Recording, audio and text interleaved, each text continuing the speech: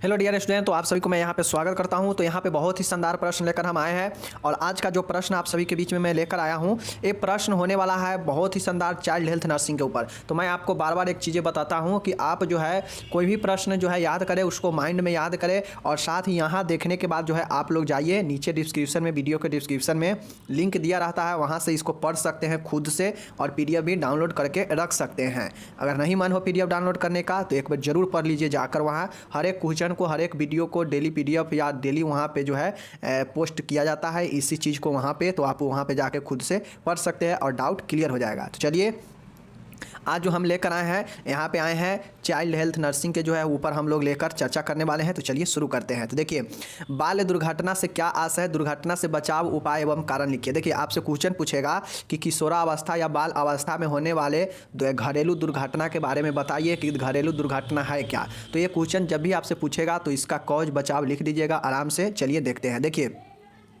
प्रश्न है, यहाँ पे देख सकते हैं आपको जो है दुर्घटना, एक्सीडेंट मतलब घरेलू एक्सीडेंट जो है क्या क्या हो सकता है।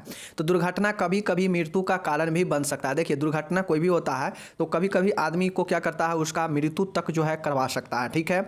उसी प्रकार से चोट के कारण एवं उसके प्रभाव व प्रकार का प्रत्यक्ष संबंध बालक की वृद्धि एवं विकास से होता है। अब जब भी बच्चा को दुर्घटना होगा तो इसमें कहीं ना कहीं उसको हानि पहुँचेगा। अब वो हानि हो सकता है, चोट हो सकता है या कोई प्रभाव हो सकता है उसको जो उस दुर्घटना से मिला हो।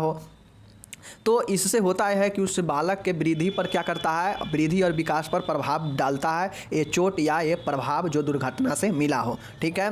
इसलिए नर्स द्वारा बालकों के अभिभावकों को घरेलू सुरक्षा एवं विभिन्न प्रकार की दुर्घटनाओं के बारे में शिक्षित करना चाहिए। इसलिए जो नर्स हो उस नर्स को चाहिए कि जो अभिभावक हो, जो पेरेंट्स हो बच्चे का, उसको जो है शिक्षा दिया जाए कि कैसे अगर घरेलू हिंसा दुर्घटना हो रहा है तो उसमें कैसे बचा जाए, कैसे सुरक्षा किया जाए। तो इन सब का जो है बच्चे के गार्जियन को जो है शिक्षित किया जाता है, ठीक है। उसके बाद है कि देखिए दुर्घटना के कारण, दुर्घटना के से संबंधित प्रमुख कारण हो सकते हैं। अब जो दुर्घटना होता है इसका अनेक कारण हो सकता है। दुर्घटना होने का तो हम लोग जो है दुर्घटना में क्या देखे हैं कि दुर्घटना का जो कभी कभी दुर्घटना का एक कारण ये भी हो सकता है कि बच्चे का मृत्यु तक हो सकता है। अगर बच्चे का मृत्यु नहीं होता है तो उसमें जो चोट लगा है या जो दुर्घटना का प्रभाव है वो बच्चे के वृद्धि और विकास पर प्रभाव डालता है, समझ रहे हैं।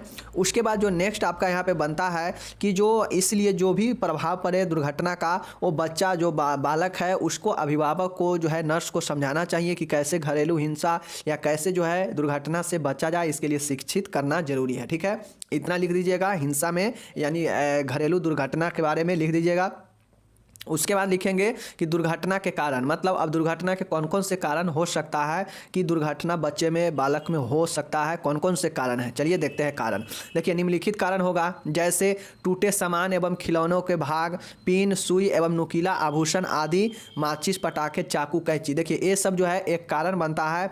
टूटे हुए सामान, खिलौने का कोई भाग टूट गया हो और वो नुकीला बन गया हो तो उससे दुर्घटना हो सकता है। पिन चुभ जाना, सुई चुभ जाना, कोई नुकीला आभूषण, ये सब जो है माचिस के जो तिल्ली होता है वो, पटाखा, चाकू, कैंची, ये सब क्या है, ये सब एक घरेलू हिंसा दुर्घटना हो सकता है। इन सब चीज़ों से ये कारण बन सकता है। तो ये सब जो है हिंसा का, दुर्घटना का कारण होगा।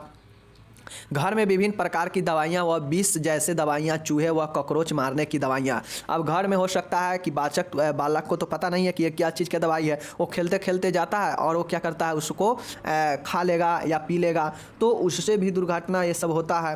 तो जो है ये सब आमतौर पर होता है। देखते होइएगा कि जब बच्चा अबोध रहता है, उसको कोई ज्ञान नहीं है, तो क्या करता है, खेलते खेलते उसको कोई शीशी मिलता है जो कि दवाई का होता है, उसको आराम से खोला और गटक लिया, पी लिया। तो ये सब क्या है, ये सब एक दुर्घटना होता है, घरेलू दुर्घटना होता है, ठीक है। उसके बाद है यही चीज़ें हैं। इसके बाद देख सकते हैं कि सीढ़ियाँ, खिड़की, पानी से भरी बाल्टीन व टब, गड्ढे आदि। देखिए अब होता है चूँकि सीढ़ी पर बालक चढ़ रहा है, अचानक से पैर फिसला, गिर गया, चोट लग जाएगा। खिड़की से जो है ताकना झाँकना और खिड़की से ताकते झाँकते हो सकता है उसका, उसमें गर्दन फंस जाए या कुछ भी हो सकता है।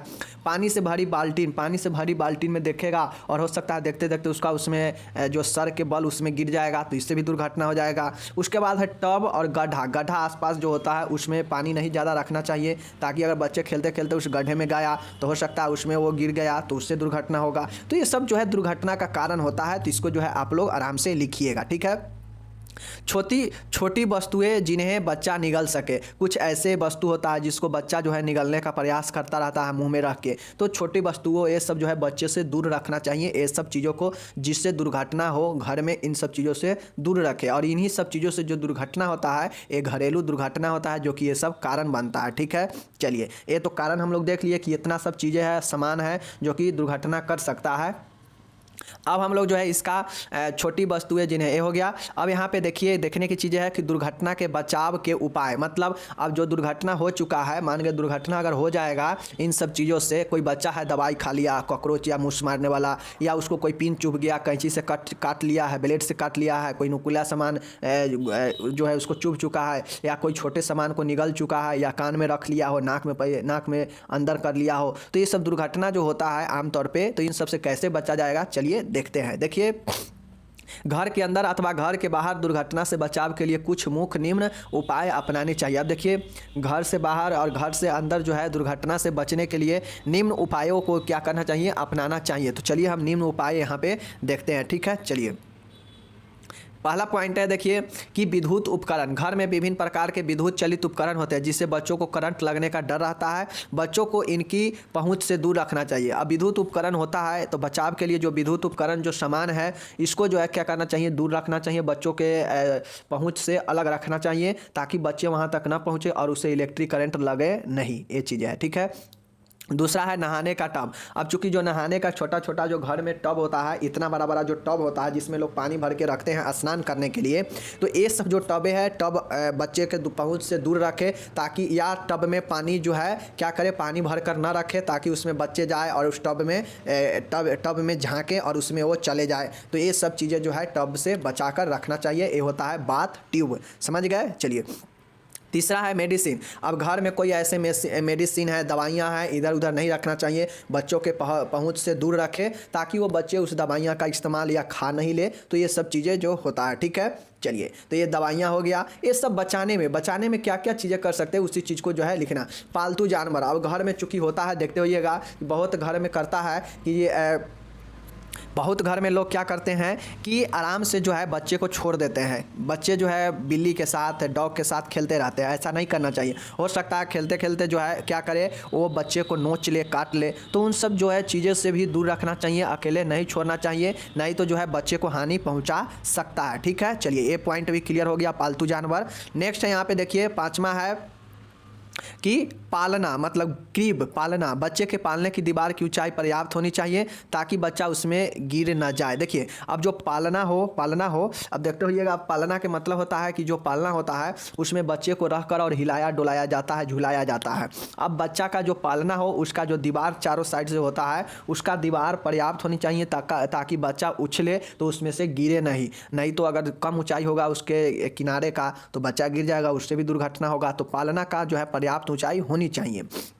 छठा है नहाने का पानी, बाथ वाटर। नहाने का पानी का मतलब है कि बच्चे के नहाने के पानी का तापमान उसकी त्वचा के अनुकूल होनी चाहिए, ना अधिक गर्म ना अधिक ठंडा। अब जब बच्चा को हम स्नान कराएं, जो नहाने का पानी हो वो इस प्रकार से हो कि बच्चे को जो है ना ज़्यादा ठंडा लगे और ना ज़्यादा गर्म लगे। तो ये भी चीज़ें ध्यान रखने वाली चीज़ें हैं, समझ गए। चलिए सातवां पॉइंट है यहाँ पे देखिए कि खेलने की वस्तुएं, प्लेइंग ऑब्जेक्ट्स। बच्चे के खिलौने आदि इस प्रकार के होने चाहिए कि बच्चे को हानि ना पहुँचाए। जैसे खिलौने इतने छोटे ना हो कि बच्चा उसे अपने गाल में फंसा ले, गले में फंसा ले। ठीक है, देखिए खेलने के वस्तुओं को कह रहा है कि खेलने का वस्तुएं जो है ऐसा होना चाहिए कि बच्चे को उससे जो है बच्चे उसका इस्तेमाल हानि करने में नहीं कर सकता, क्योंकि जो बच्चा होता है वो अबोध होता है, वो निम्नलिखित तरीके के अलग अलग जो है एक्टिविटी करते रहता है। कभी मुँह में रखेगा, कभी उसको इधर से उधर फेंकेगा, कभी कुछ करेगा। तो जो है खिलौना होना चाहिए वो इतना होना चाहिए कि उसको उससे नुकसान नहीं पहुँचे। जैसे वह मुंह में नहीं रखे और गले में नहीं फंसे, या वो अपने गर्दन में रखे तो उसका गर्दन उसमें नहीं फंसे। तो ये सब जो है खेलने का वस्तुएं होना चाहिए। ठीक है, चलिए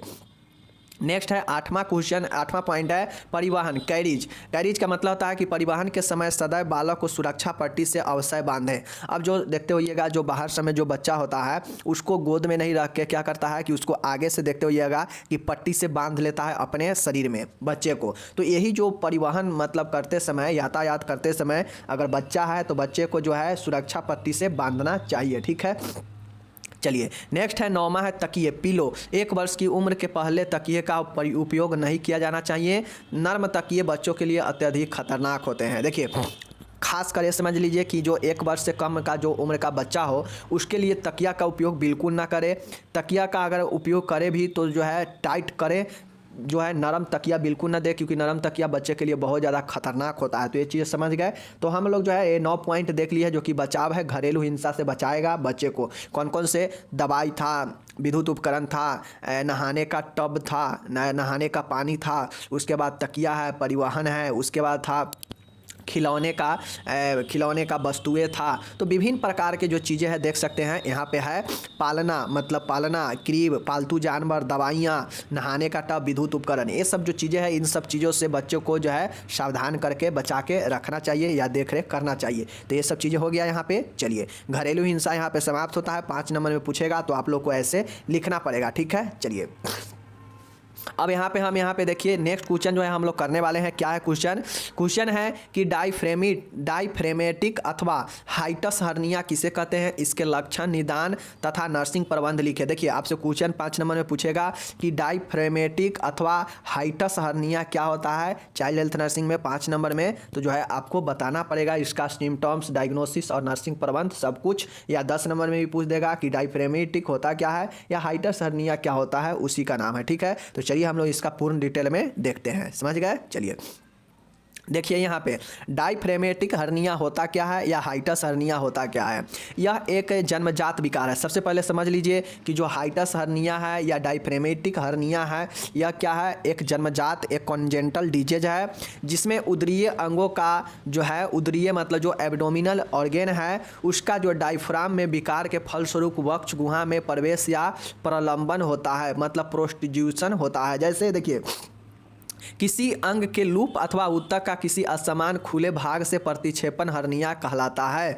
डायफ्राम की मजबूत मांसपेशियां उदरीय अंगों के वक्ष गुहा में जाने से रोकती है, यद्यपि असमान भ्रूणीय विकास होने से हर्निया होता है। देखिए जो डायफ्रेमेटिक हर्निया होता है, ये डायफ्रेमेटिक हर्निया कब होता है कि यह एक जो है जन्मजात विकार होता है जिसमें जो एब्डोमिनल जो ऑर्गेन है, जो उदरीय अंग का जो डायफ्राम में जो विकार होता है उसके फलस्वरूप ये होता है। उसके गुहा में, वक्ष गुहा में ये डायफ्राम जो है प्रवेश कर जाता है, जिसके कारण ये जो है होता है हाइटस हर्निया या इसी को डायफ्रेमेटिक हर्निया कहते हैं, समझ गए। किसी अंग के लूप अथवा ऊतक का किसी असमान खुले भाग से प्रतिक्षेपण हर्निया कहलाता है। देखिए जो प्रतिक्षेपण हर्निया होता है यह क्या होता है, खुले भाग से प्रतिक्षेपण हर्निया कहलाता है। डायफ्राम की मजबूत मांसपेशियां उदरीय अंगों को वक्ष गुहा में जाने से रोकता है। अब जो डायफ्राम होता है इसका जो क्योंकि जो डायफ्राम होता है ये मजबूत मांसपेशी का बना होता है, मजबूत मांसपेशी के बना होता है। तो जो उदरीय अंग का जो वक्ष गुहा में जाने, जो उदरीय अंग है, जो एब्डोमिनल ऑर्गेन है, इसको वक्ष गुहा में जाने से रोकता है, यद्यपि असमान भ्रूणीय विकास होने से हर्निया होता है। लेकिन जो है क्या होता है कि अगर एबनॉर्मेलिटी होगा या जो कॉन्जेंटल जो भ्रूणीय जो विकास होता है, जो भ्रूणीय असमान रूप से अगर भ्रूण का विकास हुआ है तो उससे हर्निया होता है। जैसे जो यह सीधा समझिए कि जो डायफ्राम है, डायफ्राम के जो मजबूत मांसपेशी होता है वो क्या करता है कि जो उदरीय अंग है, जो एब्डोमिनल ऑर्गेन है, वो क्या करता है वक्ष गुहा में जाने से रोकता है किसी भी एब्डोमिनल अंग को। कौन? डायफ्राम। बट इसमें होता यह है कि इस हर्निया में जो डायफ्राम होता है उस डायफ्राम में जो है विकार हो जाता है, जिसके कारण जो उदरीय अंग होता है वो क्या होता है वक्ष गुहा में चला जाता है, और चले जाने से जो है वहाँ पे क्या होता है उभार आ जाता है, और यही जो है डायफ्रेमेटिक हर्निया कहलाता है। समझ गए? डायफ्रेमेटिक हर्निया के बारे में समझ गए। नॉर्मल समझिए कि डायफ्रेमेटिक हर्निया तब होता है जब डायफ्राम में आपको कोई समस्या, कोई विकार, कोई असमान रूप होता है। तो जो डायफ्राम होता है वो क्या करता है, एब्डोमिनल जो अंग है, जो उदरीय अंग होता है, उसको वक्ष गुहा में जाने से रोकता है। बट होता यह है कि जब डायफ्राम में कोई समस्या, कोई विकार आ जाता है तो जो डायफ्राम है वो क्या करता है, एब्डोमिनल ऑर्गेन को, वक्षीय उदरीय अंग को जो है वक्ष गुहा में जाने से नहीं रोक पाता है, जिसके कारण ये हाइटस हर्निया या डायफ्रेमेटिक हर्निया हो जाता है। क्योंकि हम लोग जानते हैं हर्निया जब भी शरीर का कोई अंग किसी वक्ष गुहा में चला जाता है तो वहाँ पे उभार आ जाता है और वही जो है क्या होता है हर्निया के तरह दिखने लगता है, वहाँ पे गोला टाइप से सूज जाता है, फूल जाता है, उभार आ जाता है, वही हर्निया होता है। ये क्यों होता है कि कोई भी अंग जो है किसी गुहा में प्रवेश कर जाता है तो जिसके कारण वो क्या होता है उसमें उभार दिखने लगता है। उसी प्रकार से जो हमारा एब्डोमिनल ऑर्गेन है, हमारा उदरीय जो भी अंग होगा वो क्या होता है वक्षीय गुहा में प्रवेश कर जाता है। क्यों? क्योंकि डायफ्रेमेटिक जो मांसपेशी है वो काम नहीं कर रहा होता है, जिसके कारण वह उदरीय अंग को नहीं रोक पाता है और वह वक्ष गुहा में उदरीय अंग प्रवेश कर जाता है, जिससे हाइटस हर्निया या डायफ्रेमेटिक हर्निया कहलाता है। समझ गए? चलिए ये समझ गए। अब हम लोग यहाँ पे इसका लक्षण देखते हैं, सिम्टम्स देते हैं कि अगर ये चीज़ होगा किसी में हर्निया, हाइटस हर्निया या डायफ्रेमेटिक हर्निया तो क्या क्या लक्षण दिखाई देगा। देखिए गंभीर श्वसन संकट जैसे शीघ्र श्वसन, कष्ट श्वसन व देहनशीलता, साइनोसिस, प्रभावित वक्ष में अंतः श्वसन के साथ फैलाव नहीं होता है, श्वसन आवाज़ कम आती है। देखिए जैसे ही यह वक्ष कैविटी में प्रवेश कर जाता है उदरीय अंग, तो जो उदरीय अंग को जगह होता है वहाँ से वह वक्ष कैविटी में, वक्ष गुहा में प्रवेश घुस जाता है। तो वहाँ पे जब घुसेगा तो हम लोग जानते हैं कि वक्ष कैविटी में ही क्या होता है हमारा प्लूरल भाग होता है, वह फेफड़ा वाला जहाँ से हम श्वास लेते हैं, तो वहाँ से वो क्या होता है सिकुड़ता है, फूलता है, सिकुड़ता है, फूलता है जब श्वास लेते हैं तो। बट उस कैविटी में, उस वक्ष गुहा में जो है हमारा क्या होगा कि उदरीय अंग प्रवेश कर जाएगा, जिसके कारण जो है उसका जगह, जो श्वास लेने का जो हमारा लंग्स है उसका जगह कम मिलेगा। जगह कम मिलेगा तो क्या होगा कि वो जो है नहीं सही से फूल पाएगा, नहीं सही से वो शिथिल हो पाएगा, तो जिसके कारण हमें श्वसन में प्रॉब्लम होगा। जब श्वसन में प्रॉब्लम होगा तो शरीर में ऑक्सीजन कम मिलेगा और उसी को जो है हम लोग साइनोसिस बोलते हैं। तो ये सब जो चीज़ें हैं श्वसन से संबंधित लक्षण दिखाई देने लगता है। उसके बाद जो पेट होता है वो नौकाकार हो जाता है, जबकि वक्ष तुलनात्मक रूप से बड़ा हो जाता है। और चूंकि जो एक क्या होता है वक्ष गुहा में प्रवेश कर जाता है, तो जो प्रवेश कर जाएगा तो जो पहले से जो उसका आकार था वो और बढ़ जाएगा, क्योंकि उसमें दूसरा अंग और प्रवेश कर गया है। तो यही जो है होता है, पेट छोटा व नौकाकार हो जाता है और वक्ष जो है तुलनात्मक रूप से बड़ा हो जाता है। समझ गए? चलिए वक्ष के आंतों की कर्माकुंचन गतियाँ, पेरिलास्टिक मूवमेंट सुनाई देती है। और वक्ष के जो आंत होता है, वक्ष में जो है आंत का क्या होता है कर्माकुंचन गतियाँ सुनाई देता है, क्योंकि जो है वक्ष जो है नॉर्मली फेफड़ा, हृदय ये सब का एरिया होता है छाती का, और वहाँ पर जो है हमारा एब्डोमिनल जो है एरिया के अंग जो है वहाँ पे प्रवेश कर जाएगा, मीन्स आंत जो है वहाँ पे चला जाएगा, तो वहाँ पे जो है इसका गति कर्माकुंचन गति सुनाई देता है। तो ये सब जो है लक्षण होता है। और एक लक्षण इसका आघात भी हो सकता है। अगर वहाँ पे चला गया एब्डोमिनल अंग तो सांस लेना पूर्णतः अगर बंद हो जाएगा तो जो है व्यक्ति को आघात भी, शॉक भी लग सकता है। समझ गए? चलिए ये सब तो हम इसका क्या देख लिए हैं, लक्षण देख लिए हैं। अब हम लोग चलते हैं इसका निदान में। तो देखिए इसका निदान में दो ही चीज़ें हैं, एक एंडोस्कोपी होता है और एक स्पेशलाइज एक्सरे होगा। स्पेशलाइज एक्सरे का मतलब होता है कि स्पेशल रूप से जो है इसके लिए एक्सरे किया जाता है, और एक जो है एंडोस्कोपी किया जाता है। दो चीज़ें इसमें डायग्नोसिस में होगा। और उसके बाद लक्षण अगर श्वसन से संबंधित होगा तो ऑक्सीजन लेवल चेक किया जाएगा, और सारे चीज़ें ब्लड टेस्ट वगैरह ये सब होता है। तो ये नॉर्मल दो चीज़ें हैं जो कि डायग्नोसिस में इसका परफेक्ट है। समझ गए? अब हम लोग इसका नर्सिंग प्रबंध देखेंगे कि नर्सिंग प्रबंध जो है कैसे किया जाएगा एक जो है डायफ्रेमेटिक हाइटस हर्निया वाले पेशेंट या बच्चे को। तो चलिए देखते हैं नर्सिंग प्रबंध। नर्सिंग मैनेजमेंट में हम लोग जो है लिखेंगे, देखिए यहाँ पे जो नर्सिंग मैनेजमेंट होगा, शिशु को श्वसन प्रदान करने के लिए तुरंत रिससिशन की ज़रूरत होती है। मतलब जो शिशु होता है अगर उसको इस कारण से श्वसन में समस्या है, प्रॉब्लम है, तो उसे तुरंत जो है रिससिशन की ज़रूरत होता है और वो करेंगे। इसके लिए बालक को सेमी फाउलर मतलब अर्ध फाउलर पोजीशन जो होता है, जिसमें श्वसन से पीड़ित और जो है हृदय से पीड़ित व्यक्तियों को इलाज किया जाता है, तो सेमी फाउलर पोजीशन में सिर ऊँचा कर प्रभावित पार्श्व की तरफ करवट दिलाए, जिससे स्वास्थ्य फेफड़ा प्रभावित नहीं होता है। जिससे ये होगा फाउलर सेमी पोजीशन दिलाने से सिर ऊंचा करके जो प्रभावित जो पार्श्व की तरफ क्या होगा करवट लिटा देंगे, जिससे जो स्वस्थ फेफड़ा है प्रभावित नॉर्मली इसमें ये होगा कि जो रिसक्शन करेंगे और जो फेफड़ा स्वस्थ है उसको प्रभावित होने से बचाएंगे सेमी फाउलर पोजीशन देकर। समझ गए? तो ये हो गया नर्स का देखभाल। दूसरा है शिशु को यथासंभव शांत रखने की कोशिश करनी चाहिए। अब शिशु जो है ज़्यादा इधर से उधर ना करे, इसके लिए उसे शांत रखने की कोशिश करेंगे। तीसरा है श्वसन मार्ग को सक्शन द्वारा स्वच्छ करें तथा धनात्मक दबाव श्वसन प्रदान करें। अब जो श्वसन मार्ग है उसमें क्या करें, सक्शनिंग करेंगे, उसको क्या करेंगे, चूषण करेंगे और चूषण करके उसको साफ करेंगे अगर कोई चीज़ उसके मार्ग में हो, श्वसन मार्ग में तो। और साथ ही धनात्मक दबाव श्वसन प्रदान करेंगे ताकि जो है श्वसन ऑक्सीजन उसको ज़्यादा मिल सके। तो ये जो है एक नर्स को जो है अपना करेगी। नेक्स्ट यहाँ पे देखिएगा कि आमाशयी पदार्थों का दबाव कम करने के लिए नोजोगैस्ट्रिक ट्यूब एनजी ट्यूब से आमाशयी पदार्थों का बहिर्गमन करते हैं। देखिए आमाशय में जो पदार्थ है उसको दबाव को कम करने के लिए जो है नोजोगैस्ट्रिक ट्यूब है, एनजी जो ट्यूब होता है उसको जो लगाकर और उसके अंदर से जो पदार्थ है उसको निकाल देंगे बाहर की तरफ, तो ये पदार्थ कम जाएगा, दबाव कम हो जाएगा। ठीक है। पाँचवा है डॉक्टर के अनुसार पोषण एवं औषधि हेतु अंतःशिरीय द्रव आईवी शुरू करते हैं। अब डॉक्टर के अनुसार जो है आईवी शुरू करते हैं पोषण देने के लिए, अंतःशिरीय इंट्रावेन के द्वारा जो है इसका पोषण शुरू करते हैं और औषधि देते हैं। समझ गए। नेक्स्ट है छठा, शिशु की आपातकालीन शल्य क्रिया हेतु तैयारी की जाती है। अब जो शिशु होते हैं उसको जो है सर्जरी अगर होगा इसमें, तो सर्जरी के लिए जो है उसको इमरजेंसी सर्जरी के लिए तैयारी किया जाता है शिशु को। तो ये सब जो चीज़ें हैं नर्सिंग देखभाल में लिखेंगे। तो यहाँ पे नर्सिंग देखभाल ये हो चुका है समाप्त। हम लोग देख चुके हैं हाइटस हर्निया, उसका लक्षण, कारण और नर्सिंग प्रबंध देख चुके हैं। अब हम लोग देखते हैं इसके किसके बारे में, कुपोषण के बारे में। कुपोषण मीन्स कहा जाए तो माल न्यूट्रिशन होता है। तो देखते हैं ये क्या होता है। 5 नंबर में ये भी क्वेश्चन पूछा जाता है और पूछा भी गया है। देखिए प्रोटीन एनर्जी माल न्यूट्रिशन PEM, प्रोटीन ऊर्जा कुपोषण आपसे पूछा जाएगा तो लिखिएगा। चलिए प्रोटीन ऊर्जा कुपोषण के बारे में देखते हैं। देखिए प्रोटीन ऊर्जा कुपोषण, प्रोटीन एनर्जी माल न्यूट्रिशन PEM फुल पर भी पूछेगा तो लिख दीजिएगा। यह वह चिकित्सीय स्थिति होती है जो प्रोटीन की कमी व ऊर्जा की अपर्याप्तता के फलस्वरूप यह कुपोषण 2 प्रकार का होता है।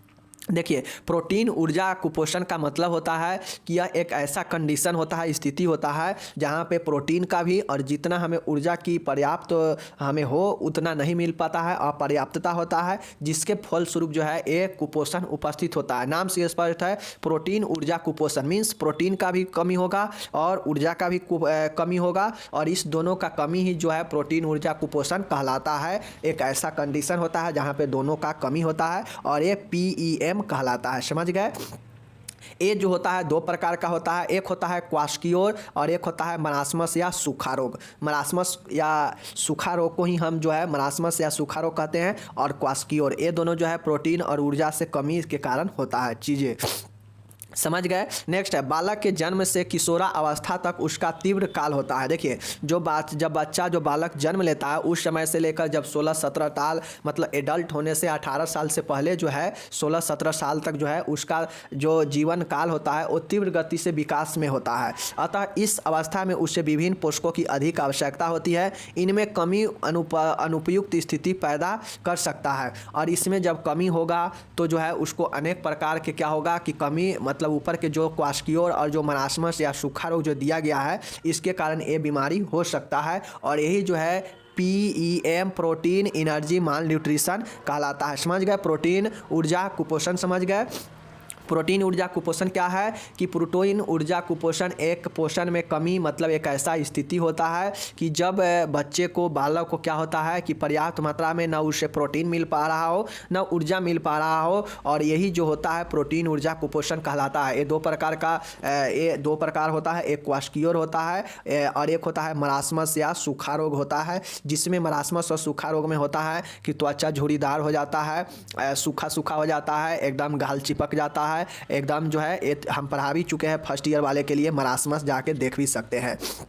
सेकेंड ईयर में यहाँ भी पढ़ना है। उसके बाद दिखेंगे कि जो बालक जो होता है बालक से के जन्म से लेकर किशोरा अवस्था तक जो है वृद्धि और विकास का तीव्र काल होता है। अतः इसमें जो है बालक को इस अवस्था में विभिन्न पोषक तत्वों की अधिक आवश्यकता होती है।